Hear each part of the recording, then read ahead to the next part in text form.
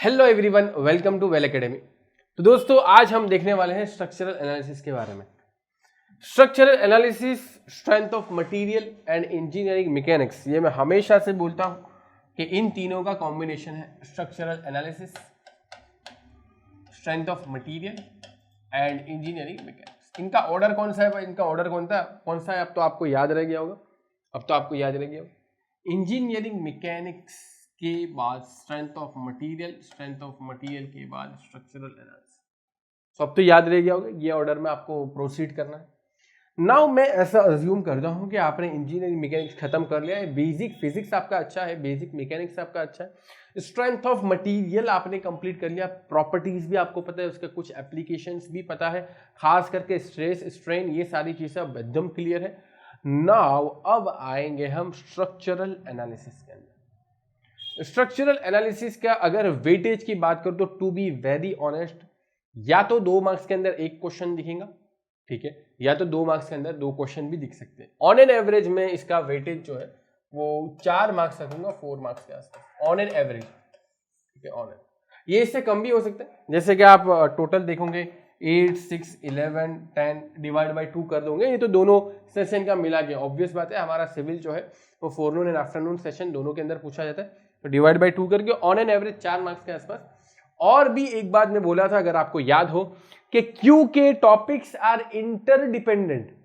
Engineering mechanics, strength of material and structural analysis, topics are interdependent. तो absolutely हम नहीं बोल सकते कि हाँ भाई स्ट्रक्चरल एनालिसिस से ही इतना मार्क्स आया था, स्ट्रेंथ ऑफ मटेरियल से ही इतना मार्क्स आया था। इंजीनियरिंग मैकेनिक्स का तो ठीक है, फिर फ्रिक्शन विक्शन वो इंजीनियरिंग मैकेनिक्स पे कंसिडर कर लेंगे। बाकी स्ट्रेंथ ऑफ मटेरियल और स्ट्रक्चरल एनालिसिस के बीच में कुछ ओवरलैपिंग है, खास करके डिफ्लेक्शन वाले पोर्शन के अंदर। तो डिफ्लेक्शन किस में कंसिडर करें, ठीक है, क्योंकि डिफ्लेक्शन एग्जैक्ट वर्ड जो है वो यहाँ पर लिखा हुआ नहीं है, ठीक है, इस वजह से डिफ्लेक्शन को किस में, खास करके वो स्लोप, ठीक है, स्लोप डिफ्लेक्शन मेथड आपकी स्ट्रक्चरल एनालिसिस के अंदर है, बट स्लोप एंड डिफ्लेक्शन वाला एग्जैक्ट टॉपिक किसके अंदर कंसिडर करें, स्ट्रक्चरल एनालिसिस के अंदर या स्ट्रेंथ ऑफ मटेरियल के अंदर।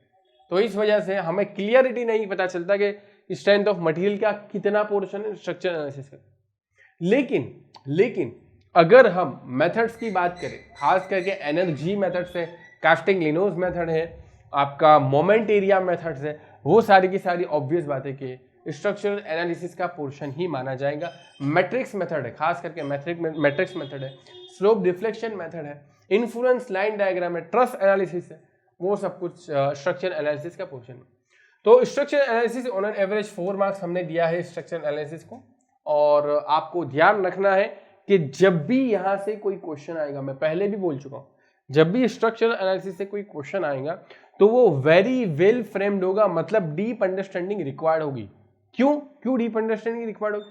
क्योंकि ये यहां से जो क्वेश्चन पूछे जाने वाले हैं ये डायरेक्टली फॉर्मूला बेस्ड ज्यादातर तो नहीं ही, डायरेक्टली फॉर्मूला। आप कोई भी पेपर देख लो, 21 का देख लो, 20 का देख लो, 19 का, स्ट्रक्चरल एनालिसिस के questions are very well defined and बहुत अच्छी तरीके से फ्रेम किए गए होते हैं।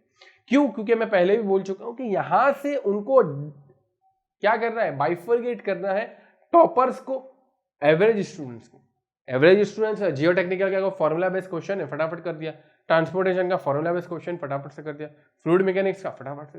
बट यहां पर आपको एक फॉर्मूला के ऊपर टिक कर नहीं बैठना, यहां पर बहुत सारा वेरिएशन पॉसिबल है, यहां पर बहुत सारी क्रिएटिविटी पॉसिबल है स्ट्रक्चरल एनालिसिस के अंदर। इस वजह से यहां पर जो क्वेश्चन पूछे जाएंगे वो वेरी वेल डिफाइंड होगी, यानी कि अंडरस्टैंडिंग अच्छी खास रिकॉर्ड, चाहे वो ट्रस्ट से हो। ट्रस्ट से इतने बेहतरीन क्वेश्चन पूछे गए, आप देखो, ट्रस्ट डिफ्लेक्शन से इतने बेहतरीन क्वेश्चन पास्ट ईयर के अंदर पूछे गए। ट्रस्ट के अंदर जो मेंबर फोर्स निकालते ना, उसके भी बहुत बेहतरीन क्वेश्चन पूछे गए। इसी बार 2021 का कितना बेहतरीन क्वेश्चन था, मेंबर फोर्सेस कुछ निकालने थे, ठीक है। और ट्रस्ट के अंदर स्ट्रेन एनर्जी के क्वेश्चन भी कितने बेहतरीन पूछे गए। ट्रस्ट तो ठीक है, इन्फ्लुएंस लाइन डायग्राम को ले लो, कोई भी टॉपिक ले लो, जब भी स्ट्रक्चरल एनालिसिस के क्वेश्चन आते हैं अच्छी खासी अंडरस्टैंडिंग दोस्तों रिक्वायर्ड हो। मेरा ऐसा सजेशन है कि स्ट्रक्चरल एनालिसिस को हल्के में मत लेना, इसके वेटेज की वजह से यहां से आपको टॉप करने का रास्ता है। मैं तो ये बोलता हूं, ये आपका टॉप करने का रास्ता है। 4 मार्क्स का डिफरेंस हो गया दोस्तों तो बहुत पीछे लुढ़क जाओगे, और 4 मार्क्स अगर ऊपर चले गए तो बहुत आगे चले जाओगे, अगर आप अच्छा खासा कर रहे हो तो, ठीक है। तो वही बात है दोस्तों, स्ट्रक्चरल एनालिसिस को हल्के में मत लेना, ध्यान से करना और जितना ज़्यादा एफर्ट आप डाल सको उतना ज़्यादा एफर्ट डालना, बस मैं तो इतना ही कहता हूँ। अब इसके अंदर टॉपिक कौन से दिए गए हैं, तो पहला तो बहुत ही इंपॉर्टेंट और इजी है, statically determinate and indeterminate structures by force energy methods, method of superposition और अलग अलग। पहले तो आपको किसको बोलते हैं, पहला चैप्टर तो हमारा स्ट्रक्चरल एनालिसिस में वही होता है, ठीक है, काइनेमेटिक इनडिटरमिनेसी, स्टैटिक इनडिटरमिनेसी, ठीक है। तो डिटरमिनेट एंड इनडिटरमिनेट स्ट्रक्चर को अलग अलग से डिफाइन करना, वही हमारा पहला चैप्टर होता है। उसके बाद ठीक है, उसका एनालिसिस यानी कि डिफ्लेक्शन निकालना, फोर्सेस निकालना, स्लोप अगर है तो स्लोप निकालना, पूरे स्ट्रक्चर का bending moment, shear force diagram, सब कुछ एनालिसिस के अंदर आ जाता है। बट वो पूरा लॉन्ग प्रोसीजर आपको नहीं करना। आपको जब क्वेश्चन पूछा जाता है तो सिर्फ और सिर्फ एक ही चीज पूछी जाती है, या तो इसका बेंडिंग मोमेंट बना के बताओ, और जनरली स्लोप और डिफ्लेक्शन से ही ज्यादा क्वेश्चंस पूछे जाते हैं स्ट्रक्चर एनालिसिस के पॉइंट ऑफ व्यू से बात करो तो पहले तो डिटरमिनेट इंडिटरमिनेट वाला पहला चैप्टर आपका होगा, चाहे आपके पास कोई भी किताब हो। बहुत ही आसान है दोस्तों, ठीक है। फ्रेम के बारे में, बीम के बारे में, ट्रस के बारे में, तो सारे जो हमारे अलग अलग स्ट्रक्चर है उनके बारे में अच्छे से जानकारी हासिल कर लेना, स्टैटिकली डिटरमिनेट इंडिटरमिनेट। फिर जैसे जैसे आप आगे बढ़ोगे तो अलग अलग आपके पास मेथड्स आएगी, एनर्जी मेथड्स के अंदर मेथड ऑफ सुपरपोजिशन, बहुत सारे अलग अलग मेथड्स आएंगे। उनमें से सबसे अच्छी बात क्या है पता है, गेट के अंदर कभी आपको कोई क्वेश्चन पूछेगा ना तो वो ऐसा नहीं बोला कि भाई ये मेथड का इस्तेमाल करके डिफ्लेक्शन निकाल, क्योंकि वहां पर रिटर्न में तो कुछ नहीं है ना, वहां पर रिटर्न में तो कुछ है ही नहीं। इसलिए गेट की अच्छी बात यह कि आपको अगर कोई भी एक मेथड भी परफेक्ट आती है, एकदम परफेक्ट, तो आप डिफ्लेक्शन निकाल सकते हो, आपको जो मर्जी चाहे आप मैट्रिक्स मेथड अच्छी आती है तो उससे निकाल, चाहे आपको कास्टिंग-लिनोस थ्योरम आते हैं तो उससे निकाल, स्लोप डिफ्लेक्शन आता है तो उससे निकाल, बट आपको निकालना है मोमेंट डिस्ट्रीब्यूशन मेथड आती है तो उससे निकाल, बट आपको निकालना है। देखो आगे हमारे पास यही है, डिस्प्लेसमेंट मेथड के अंदर देखो slope deflection method, moment distribution method, but वो कभी भी ऐसा नहीं बोलेगा कि भाई आप मुझे स्लोप डिफ्लेक्शन से निकाल के दो डिफ्लेक्शन या स्लोप, या कभी भी ऐसा नहीं बोलेगा कि मोमेंट डिस्ट्रीब्यूशन मेथड से निकाल के दो। अच्छी बात यह है कि आपको अगर कोई भी एक मेथड परफेक्ट आती है स्लोप निकालने की, डिफ्लेक्शन निकालने की, तो उसके अंदर आप प्रोसीड कर सकते हो। लेकिन मेरा हमेशा से मानना होता है कि हर एक मेथड का अपना अपना इस्तेमाल है, हर एक मेथड का अपना इस्तेमाल है। जैसा कि कैंटिलीवर बीम होता है तो मुझे सबसे आसान तो मोमेंट एरिया मेथड लगी। मोमेंट एरिया मेथड बहुत ही आसान, डायग्राम ड्रॉ किया, फटाफट आ गया, वाई सी निकाल लिया, थीटा सी निकाल लिया। और अगर सिंपली सपोर्टेड बीम है तो मुझे तो इंटीग्रेशन मेथड आसान लगे। हाँ, कभी कभी मुझे स्लोप डिफ्लेक्शन भी आसान लगे। स्लोप डिफ्लेक्शन ज्यादातर मैं फ्रेम वाले में यूज करता हूँ, फ्रेम वाले में ज्यादातर मैं स्लोप डिफ्लेक्शन यूज। एमडीएम भी अच्छी है फ्रेम वाले के अंदर, मोमेंट डिस्ट्रीब्यूशन मेथड, बट वही बात है यार, आपको सारी मेथड आती है तो आपका दिमाग इस तरीके से वर्क करेंगे कि बेस्ट मेथड कौन सी, ये क्वेश्चन के।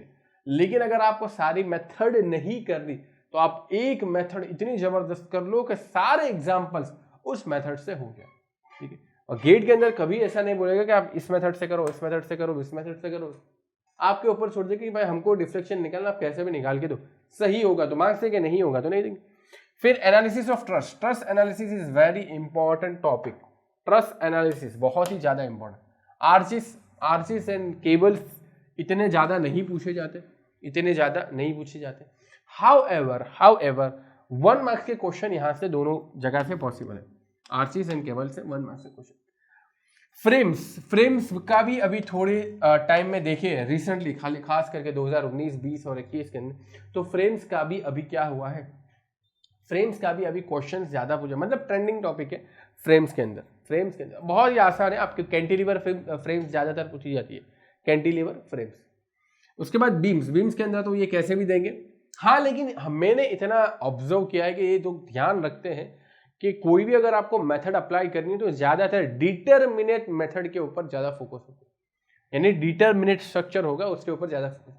हाँ, कभी कभी फिक्स बीम के ऊपर, क्योंकि फिक्स बीम की एक अलग से सॉल्व करने का तरीका है, फिक्स बीम को आसानी से सॉल्व भी कर सकते हैं by using various method.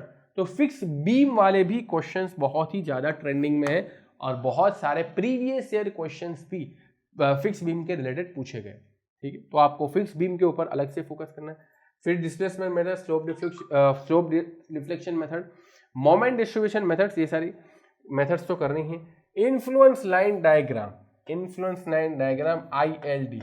Now ILD की बात करें तो ज़्यादातर मैंने जितना ऑब्जर्व किया है ये ILD के अंदर डिटरमिनेंट स्ट्रक्चर के ऊपर फोकस करती है। इन्फ्लुएंस लाइन डायग्राम मोमेंट का हो, चाहे शेयर फोर्स का हो, चाहे आपका सीरीज ऑफ लीडिंग हो, ठीक है, या तो ट्रेन ऑफ लोडिंग हो, या आपका बोलते हैं ना वो यूडीएल हो, इनफाइनाइट यूडीएल हो, या स्पेसिफिक यूडीएल हो, बहुत सारे कॉम्बिनेशन इन्फ्लुएंस लाइन डायग्राम। और इसको करना दोस्तों, इसको करना, इन्फ्लुएंस लाइन डायग्राम बहुत अच्छे क्वेश्चंस यहाँ से फ्रेम हो सकते हैं। गेट को यहाँ से क्वेश्चन पूछने में बहुत ही मजा आता है, और अलग अलग क्रिएटिविटी, अलग अलग वेराइटीज के क्वेश्चन ILD से पॉसिबल है। तो ध्यान से करना दोस्तों, वही मैं कहूँगा। और क्या कहने वाला था मैं, यहाँ से मैं एक चीज इंपॉर्टेंट ये बताने वाला था कि ILD के अंदर, इन्फ्लुएंस लाइन डायग्राम के अंदर आपको ज्यादातर डिटरमिनेट स्ट्रक्चर से ही पूछा जाता है, ज्यादातर डिटरमिनेट स्ट्रक्चर से ही पूछा जाता है। तो इनडिटरमिनेट को आप वो कर सकते हो, लेकिन क्वालिटेटिव जो डायग्राम होता है ILD का, जो क्वालिटेटिव डायग्राम होता है वो आप इनडिटरमिनेट स्ट्रक्चर के लिए कर सकते हो। ठीक, stiffness and flexibility methods of structural analysis. दोस्तों इसको बहुत ज़्यादा निगलेक्ट किया गया है गेट के द्वारा। मैं तो कितने सालों से वेट कर रहा हूँ आफ्टर 2015 कि अब कब क्वेश्चन पूछेंगे स्टिफनेस एंड फ्लेक्सिबिलिटी मेथड्स के ऊपर। लेकिन हकीकत तो ये है कि उन्होंने बहुत सारे ऐसे जनरल क्वेश्चन पूछे, मान लो कि स्लोप को फाइंड आउट करने का, मान लो कि डिफ्लेक्शन को फाइंड आउट करने का। तो जब जनरल क्वेश्चन पूछे गए कि भाई ये स्ट्रक्चर है, इसका डिफ्लेक्शन फाइंड आउट करो, ये स्ट्रक्चर है, इसका स्लोप, तो वो जनरल क्वेश्चन के अंदर भी अगर आपके पास मास्टरी है तो आप स्टिफनेस एंड फ्लेक्सिबिलिटी मेथड इस्तेमाल कर सकते हैं। ठीक है, अगर आपको आता है तो मैट्रिक्स मेथड बोलते हैं उसको। मैट्रिक्स मेथड के अंदर आपके पास स्टिफनेस एंड फ्लेक्सिबिलिटी मेथड्स है। अभी ज्यादातर पूछा नहीं गया क्योंकि यार लोग जो है वो डबल इंटीग्रेशन से कर लेते, कास्टिंग-लिनोस थ्योरम से कर लेते, ठीक है, या उनको और कोई अलग मेथड्स आती है तो उससे कर लेते हैं। तो वही मैं बता रहा हूँ कि स्पेसिफिकली इसका नाम तो नहीं लिया गया स्टिफनेस एंड फ्लेक्सिबिलिटी मेथड बहुत सालों से प्रीवियस ईयर के अंदर, बट इसका मतलब ये नहीं है कि यहां से क्वेश्चन नहीं आते, क्योंकि इनडायरेक्टली तो इससे भी सॉल्व तो हो ही सकते हैं ना। स्लोप और deflection stiffness and flexibility method से सॉल्व तो हो ही सकते हैं। तो ओवरऑल कहने का मतलब ये है कि स्ट्रक्चरल एनालिसिस वाले पोर्शन इज टाइम टेकिंग, एक अच्छा खासा सब्जेक्ट है। आपके पास यहाँ पर ढेर सारी वेराइटीज ऑफ क्वेश्चंस होंगे, और यहाँ पर वो जो मैं बोलता था ना प्रॉब्लम सॉल्विंग एबिलिटी, उसकी यहाँ पर नीड पड़ेगी, क्योंकि none of the question will be same. कोई भी क्वेश्चन सेम नहीं होगा, चाहे आप 1000 क्वेश्चन यहाँ पे कर लो, 1001वां क्वेश्चन आपके एग्जाम में आए, बट वो 1001वां क्वेश्चन आप करने के काबिल तब बनोगे जब 1000 क्वेश्चन को जो आपने सॉल्व किया उसको कैसे सॉल्व किया होगा, प्रॉब्लम सॉल्विंग एबिलिटी के साथ सॉल्व किया होगा। ऐसा नहीं कि भाई ठीक है रट्टा मार रहे फटाफट कर रहे हैं, प्रॉब्लम सॉल्विंग एबिलिटी यहाँ पर बिल्ड करने की ट्राई करना, तभी नए क्वेश्चन सोलोगे। खास करके ध्यान रखना, क्वेश्चंस नए आने वाले हैं गेट के अंदर स्ट्रक्चरल एनालिसिस, और वो तभी सोल्व होंगे जब आपके पास प्रॉब्लम सॉल्विंग एबिलिटी हो। सो दोस्तों this was all about structural analysis. Session को एंड करते हैं, बाय, टेक केयर।